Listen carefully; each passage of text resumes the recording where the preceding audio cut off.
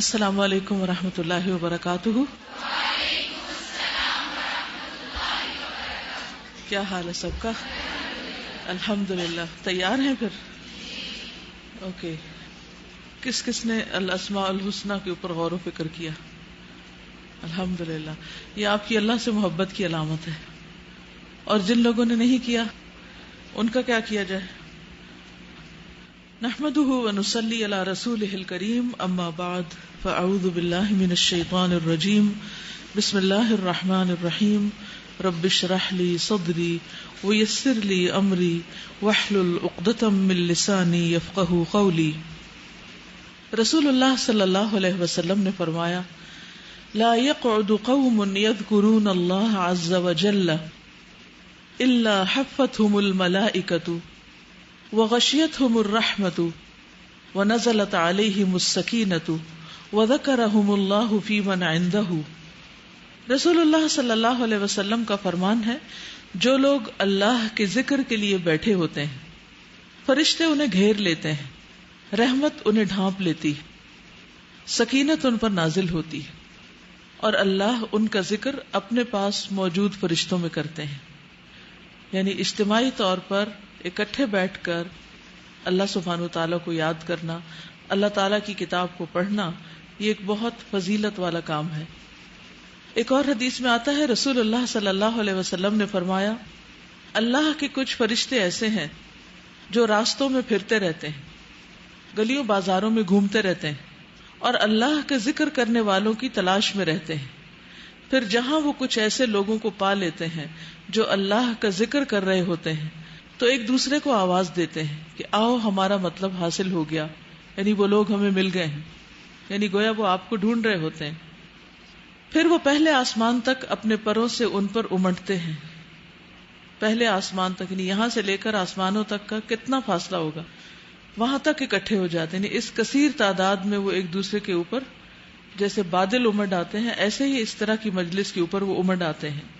پھر مجلس ختم ہونے پر اپنے رب کی طرف چلے جاتے ہیں، ان کا رب ان سے پوچھتا ہے، حالانکہ وہ اپنے بندوں کے متعلق خوب جانتا ہے کہ میرے بندے کیا کہتے تھے۔ وہ جواب دیتے ہیں کہ وہ تیری تسبیح پڑھتے تھے، تیری کبریائی بیان کرتے تھے، تیری حمد کرتے تھے اور تیری بڑائی بیان کرتے تھے۔ پڑھیے۔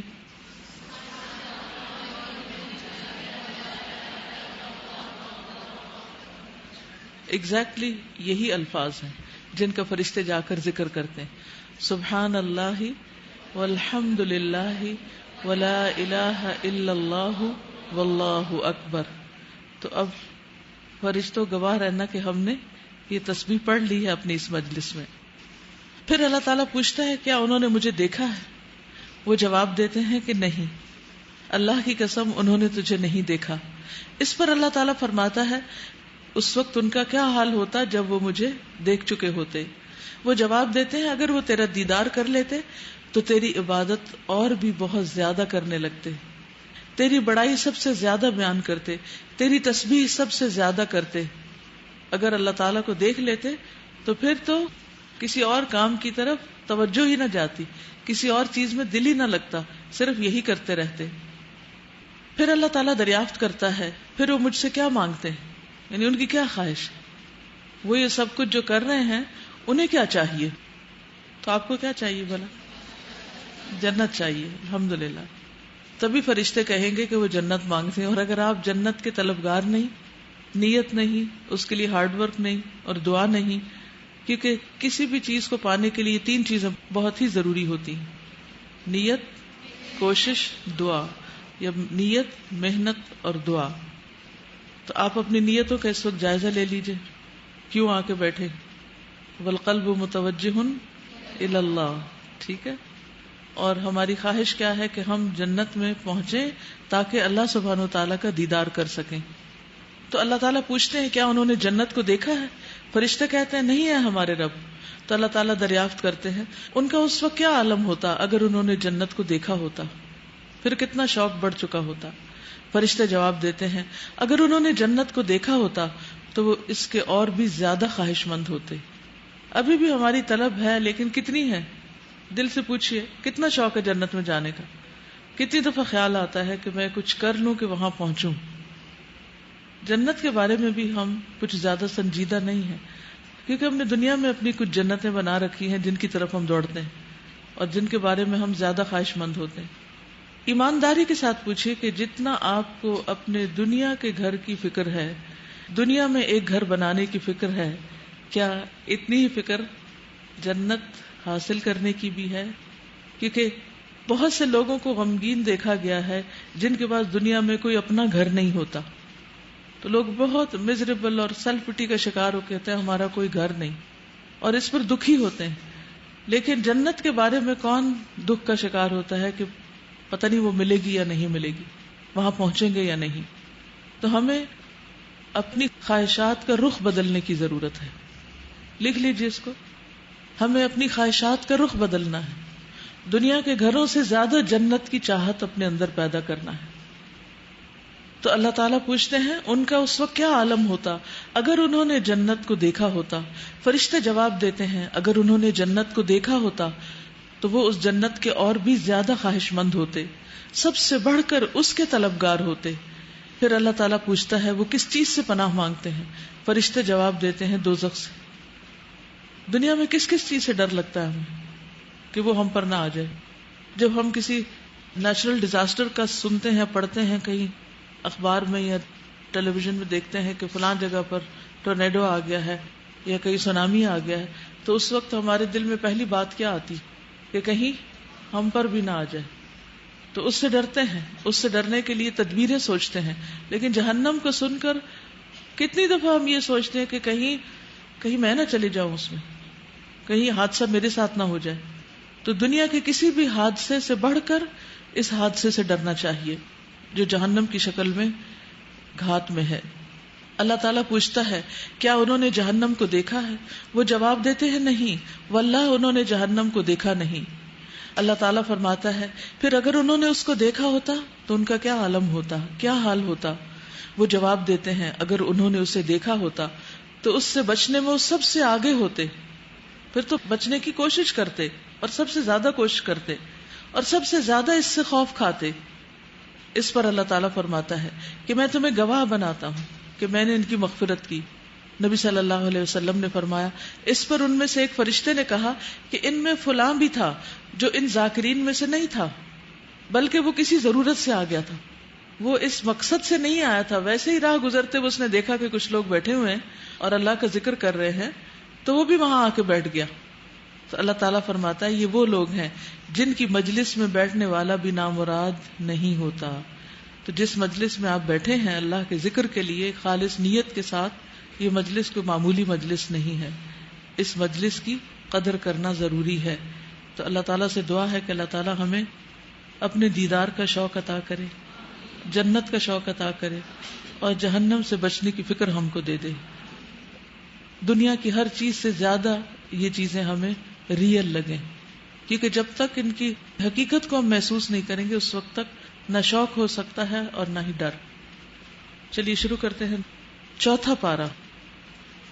لن تنالوا البر حتى تنفقوا مما تحبون وما تنفقوا من شيء فإن الله به عليم. كل الطعام كان حلا لبني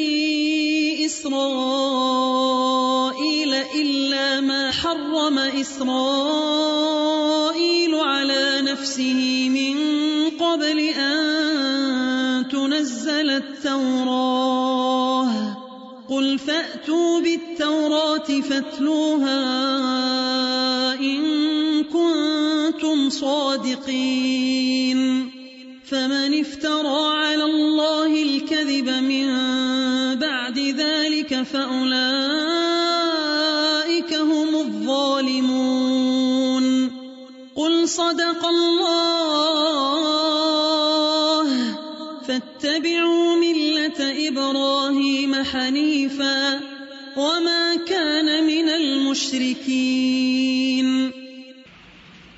لن تنالوا البر حتى تنفقوا مما تحبون تم نیکی کو نہیں پہنچ سکتے جب تک کہ اپنی وہ چیزیں خدا کی راہ میں خرچ نہ کرو جنہیں تم عزیز رکھتے ہو، جن سے تم محبت رکھتے ہو، اور جو کچھ تم خرچ کرو گے اللہ اس سے بے خبر نہ ہوگا۔ اللہ کو سب پتا ہے کون اس کی راہ میں کیا دیتا ہے، کتنا دیتا ہے، کن حالات میں دیتا ہے اور اپنی کیسی چیزیں دیتا ہے۔ حقیقت یہ ہے کہ جن لوگوں کو اللہ سے محبت ہوتی ہے وہ اس محبت کے دعوے کو سچا کرنے کے لیے اپنی محبوب ترین چیزیں اللہ کے راستے میں قربان کرتے ہیں۔ یہ چیزیں مادی بھی ہو سکتی ہیں اور اس کے علاوہ بھی ہو سکتی ہیں۔ تو یہاں پر ہم سب کے لیے ایک چیلنج ہے کہ تم اپنے دعوی محبت کے ثبوت میں کیا پیش کرتے ہو۔ صحابہ کرام نے جب یہ آیات سنی تو ان میں سے ایک آگے بڑھ کر اللہ کی راہ میں اپنی محبوب چیزیں خرچ کرنے لگا، جس میں مشہور واقعہ حضرت ابو طلحہ رضی اللہ تعالیٰ عنہ کا آتا ہے کہ وہ بہت ہی مالدار صحابی تھے۔ مسجد کے سامنے ان کا بیروحا نامی ایک کنواں تھا جس کے ارد گرد بہترین باغ تھا۔ اس باغ میں کئی 100 کھجور کے درخت تھے۔ نبی صلی اللہ علیہ وسلم ان کے باغ میں کبھی کبھی تشریف لے جاتے اور وہاں کے کنویں کا ٹھنڈا پانی بھی پیا کرتے تھے اور بہت ہی خوش ذائقہ پانی تھا وہ۔ جب یہ آیت اتری تو حضرت ابو طلحہ بارگاہ نبوی میں حاضر ہو کر عرض کرنے لگے کہ یا رسول اللہ، میرا تو سب سے زیادہ پیارا یہی باغ ہے، سب سے پیارا مال یہی باغ ہے۔ میں آپ کو گواہ کرتا ہوں کہ میں نے اسے فی سبیل اللہ صدقہ کیا، اللہ تعالیٰ مجھے بھلائی عطا فرمائے اور اپنے پاس اسے میرے لیے ذخیرہ کر دے۔ آپ کو اختیار ہے، جس طرح چاہیں اسے تقسیم کر دیں۔ آپ بہت ہی خوش ہوئے، فرمانے لگے کہ مسلمانوں کو اس سے بہت فائدہ پہنچے گا، تم اسے اپنے رشتہ داروں میں تقسیم کر دو، اپنے رشتہ داروں کو دے دو، وہ بھی اللہ کے راستے میں ہے۔ چنانچہ ابو طلحہ رضی اللہ تعالیٰ عنہ نے اسے اپنے چچا زاد بھائیوں میں بانٹ دیا۔ حضرت عمر فاروق رضی اللہ تعالیٰ عنہ رسول اللہ صلی اللہ علیہ وسلم کی خدمت میں حاضر ہوئے اور عرض کیا کہ یا رسول اللہ صلی اللہ علیہ وسلم، مجھے اپنے مال میں سب سے زیادہ پیارا مال خیبر کا وہ حصہ ہے جو مجھے دیا گیا تھا غنیمت کے طور پر، میں اسے اللہ کی راہ میں دینا چاہتا ہوں۔ تو آپ نے فرمایا اسے وقف کر دو، اصل کو روک لو اور اس کا پھل وغیرہ صدقہ کر دو، کیونکہ وہ زرعی زمین تھی۔ عبداللہ بن عمر کہتے ہیں کہ اس آیت کی تلاوت کر کے سوچا کہ مجھے کون سی چیز سب سے زیادہ پیاری ہے، تو ایک کنیز تھی جو مجھے سب سے زیادہ محبوب تھی، میں نے اسے اللہ کی راہ میں آزاد کر دیا۔ کہتے کہ اب تک میرے دل کا حال یہ ہے کہ اگر اجازت ہو کہ کسی دی ہوئی چیز کو واپس لیا جا سکے تو میں کم از کم اس سے نکاح کر لوں، لیکن ایک دفعہ جب اللہ کے راستے میں دے دیا تو دے دیا۔ پھر اسی طرح حضرت زید بن حارثہ نے یہ آیت سنی تو انہوں نے اپنا بہت پیارا گھوڑا، جانوروں سے بھی لوگوں کو بہت پیار ہوتا ہے، بہت پیارا گھوڑا اللہ کی راہ میں وقف کیا، رسول اللہ صلی اللہ علیہ وسلم کے پاس لے کر آئے تو آپ نے اس پر انہی کے بیٹے کو سوار کر دیا۔ تو ان کے دل میں ذرا بات گئی کہ میں نے تو اللہ کے راستے میں دیا تھا، اپنے بچے کو تو نہیں دیا تھا، کیونکہ عام طور پر ہمارا طریقہ کیا ہوتا ہے، جو سب سے زیادہ پیاری، اعلیٰ ترین، بہترین چیز ہوتی ہے وہ اپنے بچوں کے لیے رکھ دیتے ہیں کہ یہ ہمارے بچوں کے مستقبل کو سیکیور کرنے کے لیے۔ لیکن نبی صلی اللہ علیہ وسلم نے ان کے سامنے ہی ان کے بچے کو سوار کیا تو انہیں یہ بات پسند نہ آئی، تو آپ صلی اللہ علیہ وسلم نے فرمایا بے شک اللہ تعالیٰ نے اسے قبول کر لیا، یعنی تمہاری نیت قبول ہو چکی ہے۔ تو اس سے یہ پتہ چلتا ہے کہ انسان اپنی کوئی بھی چیز اللہ کی راہ میں خرچ کر سکتا ہے، اللہ تعالیٰ کی محبت کا اظہار کرنے کے لیے۔ اور پھر اللہ تعالیٰ فرماتے ہیں وَمَا تُنْفِقُوا مِنْ شَيْءٍ، تم جو بھی کچھ خرچ کرو گے، کوئی بھی چیز، مِنْ شَيْءٍ فَإِنَّ اللَّهَ بِهِ عَلِيمٌ، تو بے شک اللہ اس کو جانتا ہے۔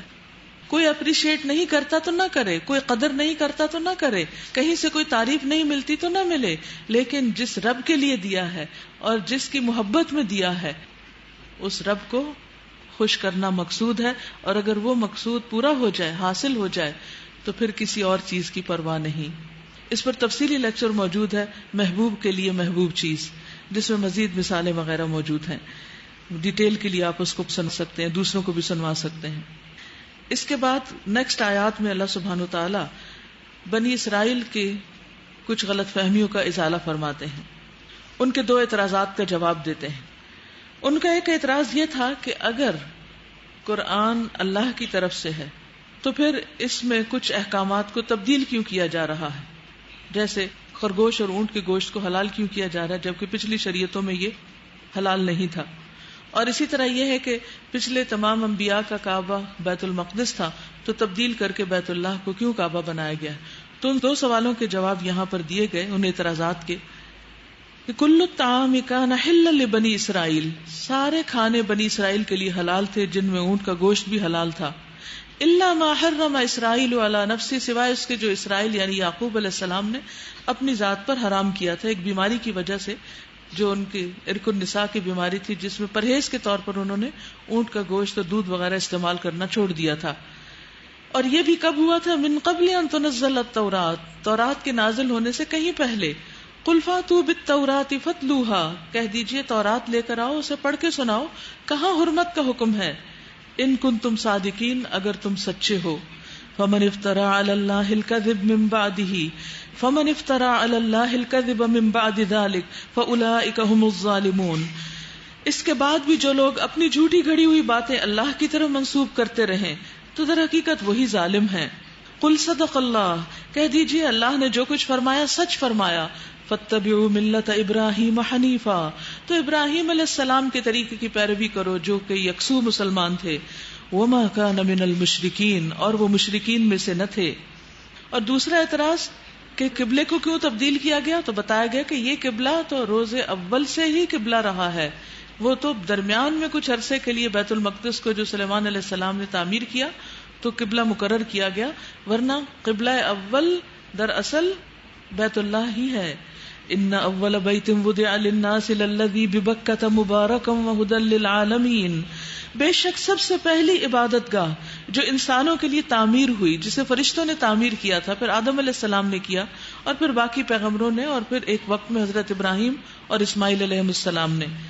تو یہ وہی ہے جو مکہ میں واقع ہے، اس کو خیر و برکت دی گئی ہے اور تمام جہان والوں کے لیے مرکز ہدایت بنایا گیا تھا.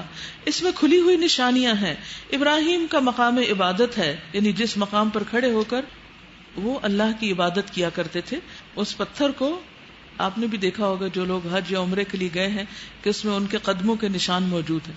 تو میں سوچتی ہوں کہ کتنی دیر کھڑے ہوتے تھے کہ یہ اتنے نشان گہرے پڑ گئے جو آج بھی ہم دیکھ سکتے ہیں. اور ہمارا نمازوں میں کھڑے ہونا کتنا اور کیسا ہے. اب رمضان المبارک میں 2 اہم ترین چیزیں ہوتی ہیں، ایک دن کا روزہ اور ایک رات کا قیام. اور اس قیام کے لیے ہم کتنے تیار ہیں اور کتنے دل کی خوشی کے ساتھ اس کے لیے حاضر ہوں گے. تو جب ہم اللہ کی محبت کا دعویٰ کرتے ہیں تو پھر کیا کرنا پڑتا ہے؟ محبوب ترین چیز اللہ کی راہ میں دینی پڑتی ہے. لن تنالوا البر حتى تنفقوا مما تحبون، تم نیکی کو پا ہی نہیں سکتے، پہنچ ہی نہیں سکتے، تم نیک بن ہی نہیں سکتے جب تک محبوب ترین چیز اللہ کے راستے میں نہ دو. تو بعض اوقات محبوب ترین چیز ہماری نیند بھی ہو سکتی ہے، آرام بھی ہو سکتا ہے، کھانا پینا بھی ہو سکتا ہے. تو رمضان میں ہم یہ ساری چیزیں اللہ کے لیے قربان کرتے ہیں، تو خوشی خوشی قربان کرنی چاہیے. اور جب کوئی خوشی سے ایسا کرتا ہے تو اللہ سبحانہ وتعالیٰ اس کے پاؤں کے نشان کی بھی قدردانی فرماتا ہے. اس کو اللہ تعالیٰ نے ایک نشانی قرار دیا. مقام ابراہیم، ابراہیم کے کھڑے ہونے کی جگہ. سبحان اللہ، اللہ سبحانہ وتعالیٰ کو ان پر کتنا پیار آتا ہوگا. اور ہر اس بندے پر پیار آتا ہے جو صرف اور صرف اللہ کی خاطر والقلب متوجہ اللہ ہو کر اللہ کے لیے طویل ترین نماز پڑھے. اور رمضان کی برکت سے یہ نمازیں آسان ہو جاتی ہیں. اس لیے کوشش یہ کیجئے کہ کہیں نہ کہیں ایسی جگہ اٹک جائیے جہاں پر رات کو تراویح پڑھائی جاتی ہو. وَمَن دَخَلَهُ كَانَ آمِنًا، جو اس میں داخل ہوا وہ امن پا گیا. وَلِلَّهِ عَلَى النَّاسِ حِجُّ الْبَيْتِ مَنِ اسْتَطَاعَ إِلَيْهِ سَبِيلًا، وہ گھر تو حج کے لیے بنا تھا، اس لیے لوگوں پر اللہ کا یہ حق ہے کہ جو اس گھر تک پہنچنے کی استطاعت رکھتا ہو وہ اس کا حج کرے. اور جو کوئی اس حکم کی پیروی سے انکار کرے تو اسے معلوم ہو جانا چاہیے کہ اللہ تمام دنیا والوں سے بے نیاز ہے. یعنی اللہ تعالیٰ ایسے لوگوں سے خوش نہیں جو اس کے گھر کی زیارت کے لیے نہ آئے. اس لیے کہ رسول اللہ صلی اللہ علیہ وسلم نے بھی فرمایا حج کا فرض پورا کرنے میں جلدی کرو، کیونکہ تم میں سے کسی کو نہیں پتا کہ اس کو کون سی رکاوٹ پیش آ جائے. لیکن عموماً رکاوٹ تو اپنے اندر ہی ہوتی ہے. بعض اوقات سارے وسائل ہوتے ہیں لیکن اس کے باوجود جانے کو دل نہیں کرتا. بعض اوقات اس لیے کہ مال خرچ کرنا پڑے، بعض اوقات اس لیے کہ بزنس بند کرنا پڑے گا، بعض اوقات اس لیے کہ وہاں پر بہت سی مشکلات کا سامنا کرنا پڑے گا. لیکن جن لوگوں کو اللہ سے محبت ہوتی وہ ان ساری مشکلات سے اوپر اٹھ کر شوق کے ساتھ تڑپتے ہوئے وہاں پہنچ جاتے ہیں. اس لیے کہ لن تنالوا البر حتى تنفقوا مما تحبون. اور حج ایک پیک عبادت ہے جس میں انسان اپنی ساری پیاری چیزیں، ساری مرغوبات نفس، ساری محبوبات نفس کو قربان کرتا ہے. اور جو انکار کرتا ہے پھر اللہ سبحانہ وتعالیٰ کو وہ پسند نہیں. اللہ تعالیٰ اس سے بے نیاز ہے. حج ایک دفعہ فرض ہے زندگی میں، لیکن اگر استطاعت ہو تو ایک سے زائد مرتبہ بھی جا سکتے ہیں. نبی صلی اللہ علیہ وسلم نے فرمایا، اللہ تعالیٰ فرماتا ہے جب میں بندے کے جسم کو صحت مند رکھوں اور معاشی طور پر اس کو وسعت دوں اور اس پر 5 سال گزر جائیں اور وہ میری طرف نہ آئے تو وہ محروم ہے. لہذا جا سکے یا نہ جا سکے، جو کسی وجہ سے نہیں جا سکتے، نہیں وسعت ہی نہیں جانے کی، اور جو وسعت رکھتے ہیں لیکن اور مجبوریاں ہیں نہ جانے کی، وہ کم از کم دلوں میں تڑپ اور شوق ضرور رکھیں. کیونکہ جب اللہ سے محبت ہے تو اللہ کے گھر سے بھی محبت ہوگی، اور اس گھر کے آس پاس اللہ سبحانہ و تعالیٰ کی پیدا کردہ نشانیوں سے بھی محبت ہوگی. لہذا ہماری اللہ سے محبت کا تقاضا بیت اللہ سے محبت ہے. اور دل میں ہمیشہ اس بات کا خیال رہنا چاہیے اور دعائیں بھی کرتے رہنا چاہیے کہ اللہ تعالیٰ ہمیں اپنے گھر لے جا. اور جو بھی موقع ملے اسے کھونا نہیں چاہیے، سستی نہیں کرنی چاہیے، انکار نہیں کرنا چاہیے. پھر فرمایا قل یا اہل الکتاب لم تکفرون بآیات اللہ، کہہ دیجئے اے اہل کتاب تم اللہ کی آیات کا انکار کیوں کرتے ہو. واللہ شہید علی ما تعملون، اور اللہ گواہ ہے، سب کچھ دیکھ رہا ہے اس کو جو تم کرتے ہو. قل یا اہل الکتاب لم تصدون عن سبیل اللہ، کہہ دیجئے اے اہل کتاب یہ تمہاری کیا روش ہے کہ جو اللہ کی بات مانتا ہے اسے بھی تم اللہ کے راستے سے روکتے ہو اور چاہتے ہو کہ وہ ٹیڑھی راہ چلے، حالانکہ تم خود اس کے راہ راست ہونے پر گواہ ہو. تمہاری حرکتوں سے اللہ غافل نہیں ہے. یا ایھا الذین آمنوا، اے لوگو جو ایمان لائے ہو، اگر تم نے ان اہل کتاب میں سے ایک گروہ کی بات مانی تو یہ تمہیں ایمان سے پھر کفر کی طرف پھیر لے جائیں گے. یعنی اگر تم یہود و نصارہ کے طریقوں کی پیروی کرو گے تو وہ کبھی بھی راضی نہیں ہوں گے اس بات پر کہ تم پورے کے پورے دین میں داخل ہو جاؤ. ان کی پوری کوشش یہ ہوگی کہ تم اس کو چھوڑ دو. وَكَيْفَ تَكْفُرُونَ، اور کس طرح تم کفر کر سکتے ہو، کیسے تم انکار کرو گے. وَأَنْتُمْ تُتْلَى عَلَيْكُمْ آیات اللہ، حالانکہ تم پر اللہ کی آیات پڑھی جاتی ہیں. یعنی جو اللہ کی آیات، اللہ کی کتاب کو پڑھ لیتا ہے وہ پھر اللہ ہی کے طریقے سے متاثر ہوتا ہے، وہ کسی اور طریقے سے نہیں. وَفِيكُمْ رَسُولُ، اور تم میں اس کا رسول موجود ہے. یعنی نبی صلی اللہ علیہ وسلم کے زمانے میں بھی یہ کوششیں جاری تھی. فرمایا کہ تم تو یہ انکار کر ہی نہیں سکتے، تمہارے پاس تو سارے دلائل موجود ہیں. اللہ کے رسول صلی اللہ علیہ وسلم جیتے جاگتے تمہارے درمیان ہیں. ان کو چھوڑ کر تم کسی اور کو اپنا لیڈر مانو گے، کسی اور کے طریقے کی پیروی کرو گے، کسی اور کلچر کے پیچھے جاؤ گے. وَمَن يَعْتَصِم بِاللَّهِ فَقَدْ هُدِيَ إِلَىٰ صِرَاطٍ مُسْتَقِيمٍ، اور جو کوئی اللہ کو مضبوط پکڑ لے بس وہ صراط مستقیم کی طرف ہدایت پا گیا. یعنی اہدنا الصراط المستقیم تو ہم پڑھتے رہتے ہیں، مانگتے رہتے ہیں، لیکن اس کے لیے شرط یہ ہے کہ انسان کا اللہ سے تعلق مضبوط ہو.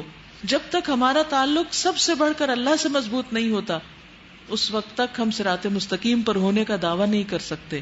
اور اگر ہم صراط مستقیم پر نہیں تو پھر اگر کسی اور راستے پر ہیں، آلٹرنیٹ روٹ پر ہیں، تو وہ کہاں لے کر جائے گا. کیونکہ صرف صراط مستقیم ہی جنت تک لے جاتا ہے، صرف صراط مستقیم ہی ہمیں اللہ سبحانہ وتعالیٰ کی رضا تک لے کر جاتا ہے. یا ایھا الذین آمنوا اتقوا اللہ حق تقاتہ ولا تموتن الا وانتم مسلمون، اے لوگو جو ایمان لائے ہو اللہ سے ڈرو جیسا اس سے ڈرنے کا حق ہے، اور تمہیں موت ہرگز نہ آئے مگر یہ کہ تم مسلمان ہو، فرما بردار ہو. یعنی اپنی ساری زندگی میں اللہ سے محبت رکھو اور اس کی اطاعت کرتے رہو، فرما برداری کرتے رہو، کیونکہ انسان کو بھٹکتے دیر نہیں لگتی. نبی صلی اللہ علیہ وسلم اکثر یہ دعا پڑھتے تھے، یا مقلب القلوب ثبت قلبی علی دینک. تو انسان کتنا بھی اچھا ہو، ایک لمحے اس کے دل میں اللہ کی کتنی بھی محبت ہو، وہ کتنا اچھا اطاعت گزار ہو، کتنی بہترین نماز پڑھنے والا ہو، روزے پر روزہ رکھنے والا ہو، لیکن کوئی بھی چیز اس کے کنٹرول میں نہیں کہ وہ ہمیشہ ان چیزوں پر استقامت اختیار کرے گا. کوئی معمولی حادثہ انسان کے دل کو بدل کر رکھ دیتا ہے، کوئی معمولی چیز انسان کو پھیر کر کہیں سے کہیں لے جاتی ہے. آندھیاں جب آتی ہیں، ہوائیں جب اڑتی ہیں تو کس چیز کو لے جاتی ہیں اپنے ساتھ؟ جو ہلکی ہوتی ہے. تو جب انسان کا ایمان کمزور ہوتا ہے تو پھر انسان کا دل بھی اسی طرح ڈول جاتا ہے، اور وہ اچھے کام کرتے کرتے، اللہ کی محبت کے کام کرتے کرتے ان راستوں سے بھٹک بھی جاتا ہے، پھر بھی جاتا ہے.